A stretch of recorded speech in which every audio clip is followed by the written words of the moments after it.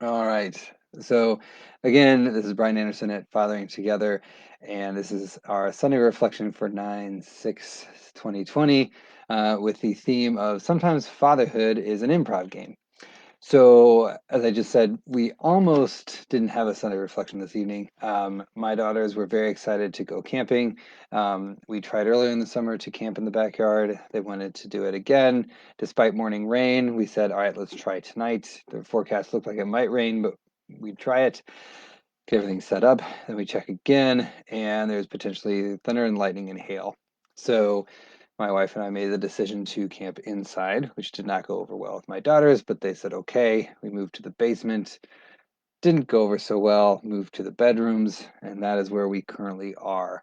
And so, fingers crossed, I will not be cutting this short to go save a crying child. Um, but again, fatherhood is an improv game. And so often we have great plans, we have amazing ideas. We think about, I've got this brand new baby that I'm holding on day one, and 15 different scenarios play out of their future as an Olympian, as a Hollywood actor or actress, Division 1 professor, like top tier researcher, maybe gets the Nobel Peace Prize. All these grand visions play out as fathers as soon as we meet our child for the first time, or at least they did for me. And I know from conversations that happen with a lot of other dads. And slowly though, we have to improv, right? We have to improvise on what kind of support they need, what kind of direction they actually want to take their life. Sometimes genetics gets in the way. Both my girls love gymnastics.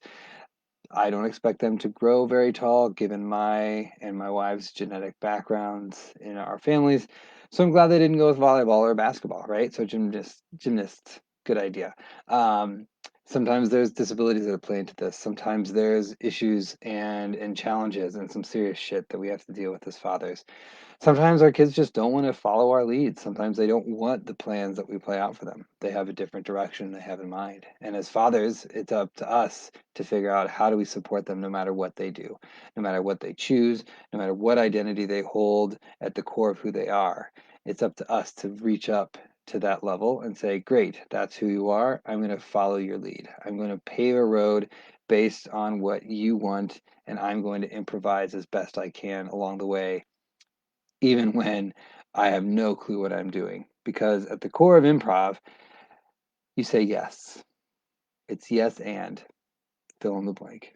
You never say no to someone in improv because that shuts down the game, that shuts down the comedy. If you've ever seen Whose Line Is It Anyway? If you ever have been to Chicago and gone to an improv show, if any of the number of improv cities or improv theater companies across the nation, right? Like we all have an understanding of improv. And if you've ever been and you've watched, the best comedy, the best hilarity that comes out of those shows are when they feed off of one another, when the energy is rife with conflict, but also leaning into that conflict and saying, yes, I am going to meet that challenge rather than, no, that didn't happen. So my reflection to you, my challenge to you is, how do you improv? How well do you improv? Are you ready for the improv game? The older your children get, mine are now 6 and 4, the better I have to be at it. And the better I have to learn to communicate and pick up on their signals. And so if you're listening, if you're watching tonight, share with us, what are those best techniques that you've had? What are the things that you've picked up over the years, especially those dads that have teenagers or even adults, children that are in college or beyond? I would love to know what you're doing for my own sake, but I know many of our in our community have young kids, and so for those that are watching that have a bit more seasoned years behind them, share with all of us so that we can all figure out how best to say yes and to those moments in our children's lives where we just don't know a way forward. Last, just want to give a shout out to all of you for being and making this group great. We couldn't do it without you. So keep up the great work. Keep those posts coming. Share with us the joys and challenges of fatherhood. We love it. I love seeing the community builds around those posts. And we have an event tomorrow night, another panel, and we've got more coming down the way. But tomorrow we've got one called Dads Listen Up, Part 2. We've got three amazing women who do community organizing and are working to make their communities a better place. And so much of their drive and their vision comes from that support their dads gave them early on. Who knows if that was what their father envisioned for them 20, 30 years ago, but they're here now as adult women leading amazing work in their communities. So join us tomorrow right here on Fathering Together at 7 p.m. Eastern for that great conversation. Until then, I'll see you in the group and have a great week. Peace.